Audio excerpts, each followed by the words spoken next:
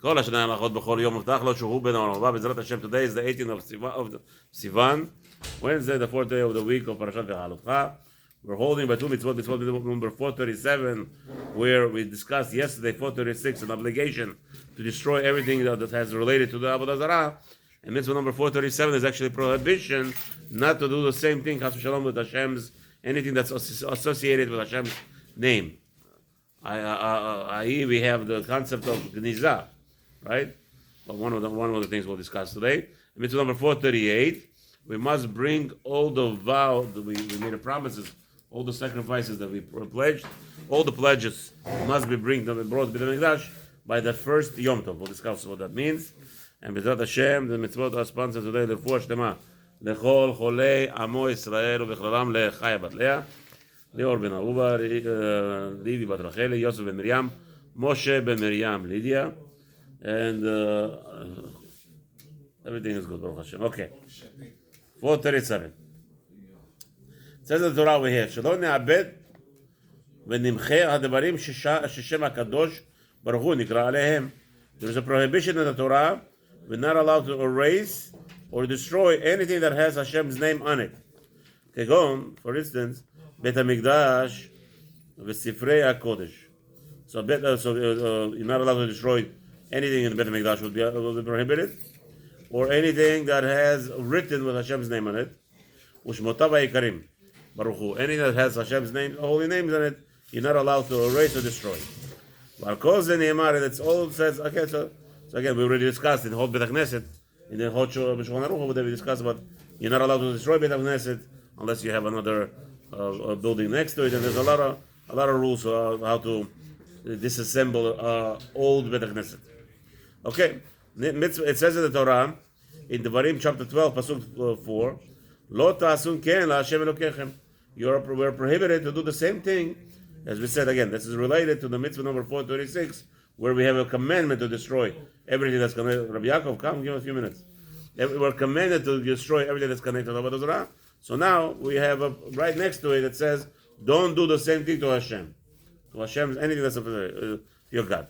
אחר שקדם המצווה לעבד עבודה זרה ולמחות שמה ולארוז בבתיה ומזבחותיה כולם, right? As it says over there that we should destroy anything that's related to Avodah Zarah. We wrote down yesterday, I mentioned again, that in Avodah Zarah Hashem tells us to destroy it hastily. Don't play games. No machshavot, no chokhmot. Yeah, you come to a genius guy and you're going to say, listen, I bow down to this etrog tree, right? A guy has an etrog tree, and it gives him 1,000 etrogim. And each etrog he sells every year by $200 average. Yeah? Beautiful etrogim. So now it's $200,000. It's a salary for somebody, a person, a salary a year. All he does is sells etrogim and he's happy, right? So one day he was upset with something, and he said, you know what? Hashem, I'm going to make this tree into Avodah Zarah. And he bowed down to it. He brought it with Korban, he made Ashira. So now he's remorseful. What are you going to do? So now he wants to reuse the tree. The tree is, it's a beautiful tree, a beautiful crop. So somebody came to him and made this idea. Chop down the trunk. Chop down the trunk. Finish. You destroyed it, right? It's going to regrow everything. Don't worry, you destroyed already. Chas v'shalom. Chas v'shalom. Destroyed completely to the last drop of the root. You must destroy. There's no chokhmot, no wisdom. Don't be too wise, too smart. The problem today, I believe this generation, we have this big, serious problem.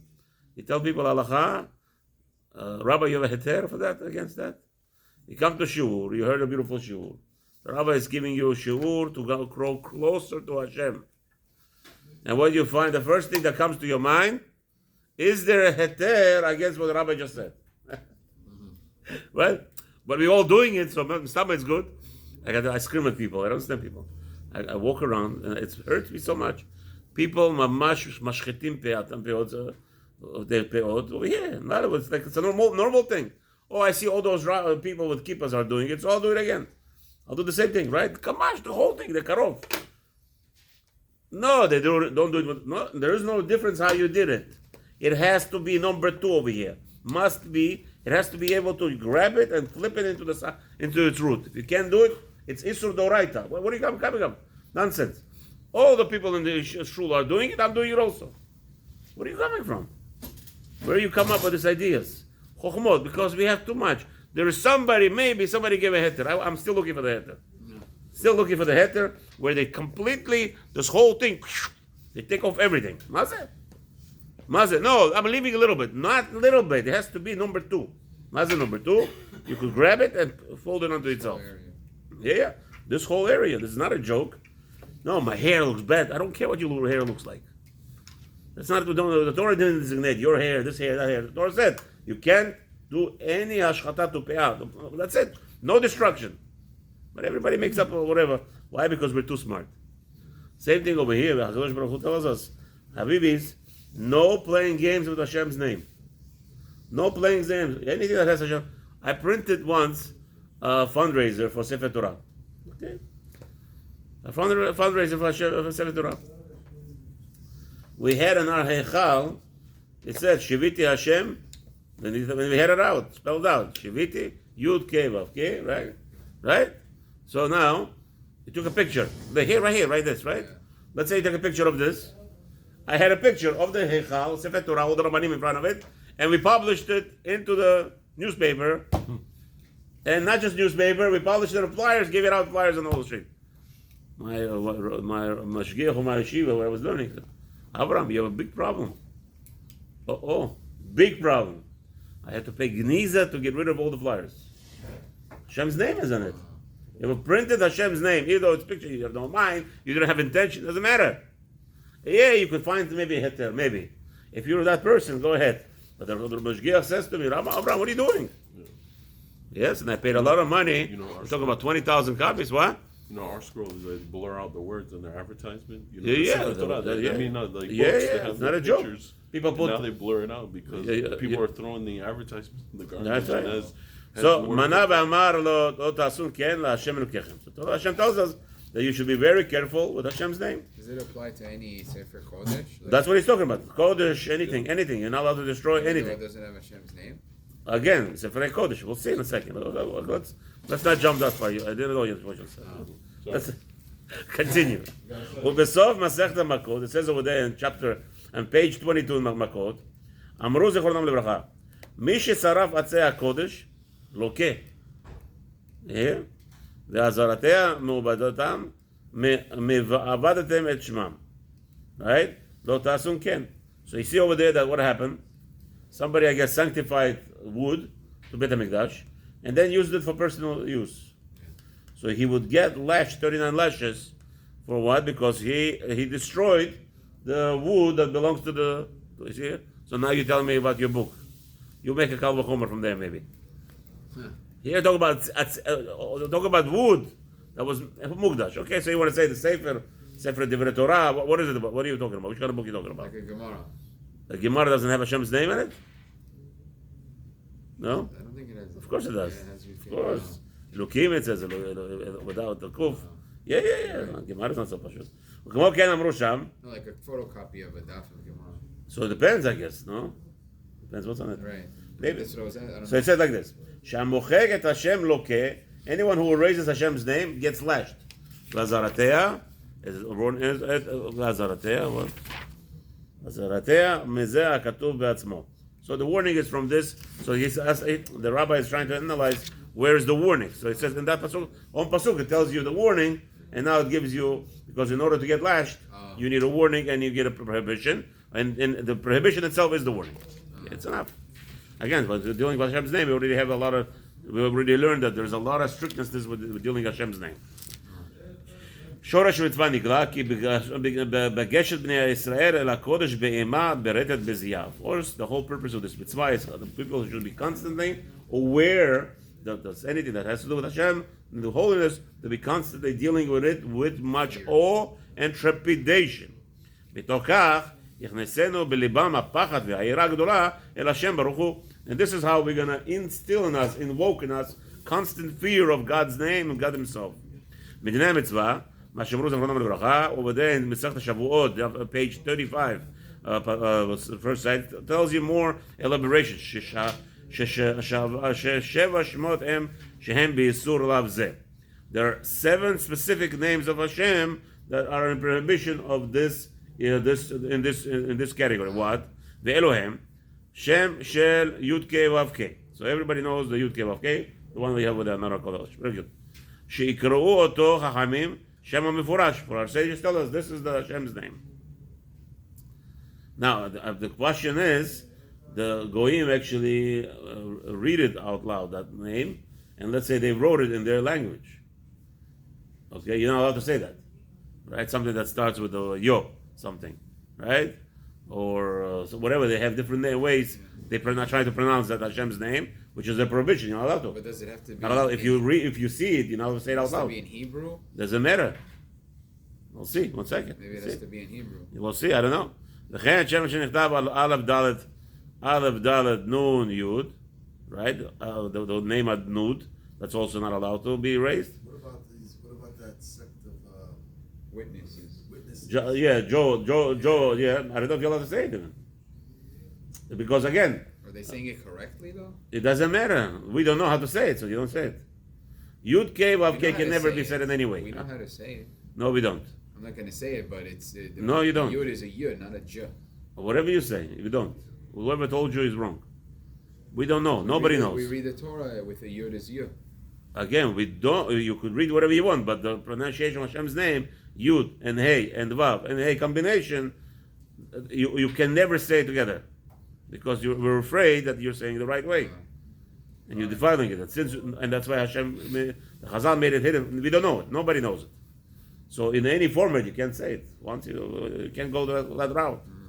So Shem, Kel, Aleph Lamed, not allowed to be erased, and Eloah, right? Eloah. Many people make a mistake. That's why I'm teaching you over here. Now I'm allowed to say it because I'm teaching you. And some people say Eloha. There's no such a thing. There's no name. Eloha. It's Eloah.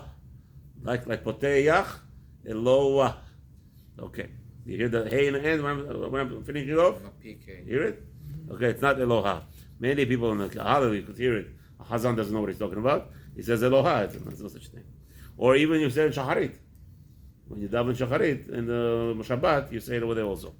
The Elokim, that's also not allowed to be said, and erased. The Shakai, Shin Dalet Yud, and Letzevakot. Maybe we'll say this also out loud. This is Tzevakot. Tzadik, Bet, Aleph, Vav, Tav. Okay. For the purposes to teach, I think I have to say this completely properly because people should understand what we're talking about. Again, there is no such thing as Tzevakot, obviously. There's no such Elokim. If you see any of this on writings, El, Eloah, Elohim, Shaddai, and Tzvaot, those names are not allowed to be erased. Okay? The reason why I repeated myself because I just remembered if you're teaching halakha, you're not allowed to allude to people because the people here on YouTube might think I'm talking about something else. So you're allowed to say it in that instance. No, right now I'm teaching you, so I'm supposed to say it. How would you know? Right, that's what I'm saying. Okay, good. Just clarified. From now on, when I'll say Hashem's name in the middle of learning, you'll know why I'm not the people who say. If someone writes Shadai, that doesn't have any, power. No, you mean what? They spell Shin Dalet Yud in English. No, I say who said? Where do you learn that from? I just told you. I don't know yet. We didn't learn the cover it yet. Anything you're saying in every other language? Why not? If you take a look at the Rambam, it's not so pashut. If you write Hashem's name in any language, will be. But I don't know. Right now we're learning chinuch. Let's see what he says first. I don't want to jump. Baruch Hashem b'le'ayin hara being recorded right now. ועוד אמרו זכרונם לברכה, our sages tell us, שכל עוד שנפטר לשם מלפניו מותר למחוקו. Oh, however, if you have anything that's alluding to the Hashem's name, meaning preceding. For instance, you want to say La Shem. La Shem. So now you start writing Lamet, right? למחוקו כגון מילה השם, בית מבאלוקים, אבל נטפל לשם לאחוריו כגון, okay. So if let's say you have, he's telling you right now, Alachot Sefer Torah. So let's say if you're writing Sefer Torah, right? So anything that precedes Hashem's name, and the Sofer made a mistake even, he would be able to erase it. But let's say the Sofer made a mistake in the end of Hashem's name, Elokecha, Elokechem, right? Elokim, not second, let's see. Elokim, אבל נפטר לשם מלאכו כגון של אלוקיך, right? So what happened was אלוקיך, so really the name of Hashem is Elohim, right? But when you say Elohecha, what do? You change the mem into your God. Yeah. Elohim is general God, but Elohecha is your God. So let's say the Sofer made a mistake in the chaf of the Elohecha. Can't delete it. That will be prohibited from him to erase. Now, also thing, וממם של אלוהיכם וכיוצא בהם אין ונמחקים. Those, if you made a mistake, you cannot make any corrections. כדי שהשם מקדשם, והכותב, because what happened was the additions to the Hashem's name after now made the letter after holy. Yeah.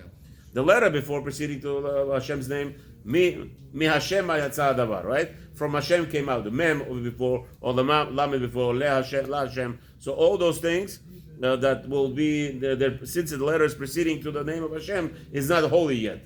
But when it's written after, what happens is now Hashem's name made it holy, and since Hashem's name made it holy, it will be prohibited for you to erase it. אבל הכותב שד משדי בצו מצוות הרי זה נמחק. Now, if somebody just wrote the word shed, and he had intention, it's going to be machloek. It's not going to be so pashut. Okay, he just wrote shed, right, instead of Shaddai. He wanted to write Shaddai. So it's going to be, or Tzav, or all those other words. He didn't complete Hashem's name over there. According to the Chiduch, would be allowed to erase it so far. Okay. Now, now, other kinuim. Kinuim is attributes to Hashem. God, Okay? שמשבחין בהם השם, that you praise Hashem, כגון רחום וחנון, גדול, גיבור, נורא וכיוצא בהן, right? You're praising Hashem with certain attributes, like in the Dawah Shemon Ezra, הרי הן כשאר כתבי הקודש שמותר למחוקן לצורך שום דבר. If you have a need for something, you're in the middle of writing or something, you make a correction, so all those things can be erased because you have a purpose. Because really, you are talking about Hashem, but you're not saying Hashem's name. Okay. ומה שאמרו לכם בברכה, ובדי מסכת השבת says שכל כתבי הקודש ופירושן בכלל איסור זה מדברי סופרים שאסור לאבדן ולשרפן. Anything that's written that כתבי קודש, alright, that would not have Hashem's name in it. מדברי סופרים, the rabbis will tell you you're not allowed to throw it out, like Ayi Gemara or anything that is, I guess, מצד קודש. It has to be קודש. בכל זה שאמרנו בשכתב ישראל, אבל כתבן מימין ישראל, שורפין הכל. Now this is Rambam, הלכה. If this is also talking about when a regular Jew wrote it, but a Jew that went off the derech, G is for Yoshka, right? They're going around and they're writing publications with Hashem's name on it. It's a mitzvah to burn them outright. Yeah? מותר מצווה לשרפם שלא להניחם שם למינים ולכל מעשיהם, אבל גוי שכתב השם גונזהו אותו. But if you see a goy writing Yo or Joe and all these names, or Aleph Dalet, they actually write, let's say a goy writes sometimes a bracha, a blessing to God, or Birkat Kohanim, they'll go and write. All those things that they write, that will be needs gniza. That's Rambam. מה שאמרו שכל השמות האמורים באברהם בעניין המלאכים שבאו אליו הקודש והאמורים בלוד כל חוץ אחד over there by Abraham Avinu, there's a whole big machlokes. Did Abraham Avinu refer to God, to Hashem, or was he referring to the angels? So let's say, there's a whole big machlokes. If the sofer is in the middle of that parasha and he makes mistakes over there, that he will be able to correct the name of Hashem over there without much concern. When he just, again, to correct Sofrim, to make corrections, they have to destroy first the existing letter there. So if there is a mistake in Hashem's name, it's a big problem. You're not allowed to erase Hashem's name to correct it. So that will be a problem there. Okay. בחוץ אחד אל השם הנה נא מצא עבדך חן בעיניך. Only once Avraham Avinu comes to discuss to save Sodom Amorah, over there he's already talking to Hashem directly. So that will be not allowed to be corrected. Okay? והעובר הזה הוא מחק אפילו אות אחת משבע השמות שזכרנו חייב מלכות. Now, any Jew goes ahead and erases even one letter, and one letter from all those 7 names that we've mentioned, he will be lashed for it 39 times. ואם סתר אות אחת מן האותיות הנטפלות לאחריהן, מקין אותו מכת מרדות. However, if he erased the letters after Hashem's name, that will be the Rabbanan, and he will get lashed until he says, I will not do it again. וכן הסותר אפילו אבן אחת דרך השחתה מן המזבח או מן ההיכל או מן העזרה חייב מלכות. Same too, if a Jew went ahead in the time of the Chas v'Shalom Churban, if a Jew did cause any harm to the Beit HaMikdash, he will get lashed also, 39 lashes. Mitzvah number 438, מצוות להקריב כל הקורבנות שיש על האדם בחובה או בנדבה ברגל ראשון שפוגע בו. So we have over here a person made a vow, and he said, I'm going to bring a korban. What happened was a person was saved, or whatever it was, a person has a beautiful feeling towards Hashem, and he says, I'm giving a present to Hashem for the action that he did to me. Many people who survived accidents, many people who fell off the plane and stayed alive, all those kind of things, fall off the second floor, whatever it is, a person wants to do a nedava, called nedava or shlama, anything that a person goes above and beyond what he's obligated. So we have certain obligations, right? Mostly the tzibur is the obligation. The community is obligated to bring korbanot. So people, obviously, when they do lishka, the collections, and Chodesh Nisan, right, Adar, but Chodesh Adar, they started to collect money. All those money during the month of Adar is being sent to the Beit HaMikdash, and that's called to be fulfilling all the obligated korbanot in the Beit HaMikdash. Now we're talking about something that's above and beyond above the korbanot of obligations, like a person says, I want to give Hashem olah, a burnt offering, a mincha offering, a gift offering, any offering that a person says above what the Torah has commanded us, those are obligated to be brought into the Beit HaMikdash, as it says over there, ובאת שמה והבאתם שמה עולותיכם. It says in Dvarim, it's the 12th chapter, Pasuk Hey, that you should bring it over there, and all your burnt offerings, all your nedarim, all your nedavot, all your promises that you made Hashem, okay? And the rabbi, again, mitzvah shor mitzvah shelifi she'en raui lo la'adam shitatzer b'ma shenadar la'asut mitzvah. Now, obviously, Hashem had to go and command us, mitzvah number 438, to go and obligate us to go bring your korbanot. Why? Because it's not befitting. A person made a pledge to delay on his pledge. Now, there's a there's a lot of rules. What's actually happening here? When is the obligation? When is the obligation falls on the person to bring his korbanot? Now, and you should not notice it says over here until the next Yom Tov. So there's a whole limud. Really, does it mean this Yom Tov, Pesach, whatever? There's a whole calculation. We made a already. We spoke about it before. It's actually could be 22 months. Beit HaMikdash, since the Beit HaMikdash does not require you, by the way, over there, many people make a mistake in this generation. They think, oh, I made a pledge and I'll pay it when I can. No, there is a big question about it. First of all, it's not advisable to make pledges in a shul where a person does not have money to pay, or especially for poor people. What happens is a lot of gabayim, they have a budget. What's the budget? When you have poor people in the community, $20,000, $30,000. You made a pledge, let's say, I take 10%. So you have 10 guys take a 10%, each one, so you're going to bring $2,000, $3,000, right? So the guy says, okay, I'll bring it to the rabbi whenever I want. Doesn't work like that. Those are what we said in Beit HaMikdash, you have allowance.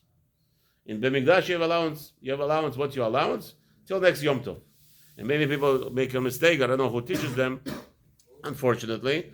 When you make a pledge for a poor person, for food, it has to be done that same day. It's like a salary. The person doesn't understand. When you're supposed to pay your workers, right? You made a deal with your worker. You're going to pay him daily. You must pay him till the next day. Let's say he worked for you the whole day. At night, you must pay him, right? Why? Because next day, if you don't pay him, you're already over his right now. Over here, when you give a ani, you're saying to the poor person, I'm going to supply you with food, right? The moment that you said, I'm supplying you with food, what happens in Shamayim? In Shamayim, they give you a reward that you fed this poor person.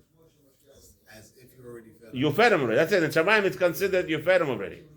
Now go play with Shamayim. You didn't feed him? Oy vavoy. Oy vavoy. People don't understand that. If the person is dead, the person died. They asked me to eulogize the person. You know what I say? Nothing. You get up over there, you beat around the bush. Say nothing. You said one extra word, you're going to hurt him, and they're going to give him a reward for something that you are lying. They're going to punish you for it. Don't say nothing. Unless you want to say something. Say something. Maybe he came to the Midrash, and I noticed him once. People talk like he always did. No, Has Shalom. Same thing here. Oh, Hashem, I pledged $1,000 to the poor people. Pledged $1,000 to people. In Hashem's book, you already paid, but you didn't pay. It has to be done immediately. There's no playing games. Because the poor person needs it. As if now you already got a reward, so it's like he did a job for you. Hashem gave you a job already. He paid you for it. It's like the same thing as a worker, maybe. Maybe you could say like a worker who worked for you, who fulfilled your task, go pay him. Here, Hashem is giving you a reward already for the poor person, and you're not paying on time. Same thing synagogues. Synagogues, same thing. You made a pledge, right? Or bidding. It was a bidding war. One guy could pay the debt right away, and you paying the debt for a few years. I used to do that, unfortunately, no more. If I don't have the money in the bank, I don't make a pledge. Have a wonderful day.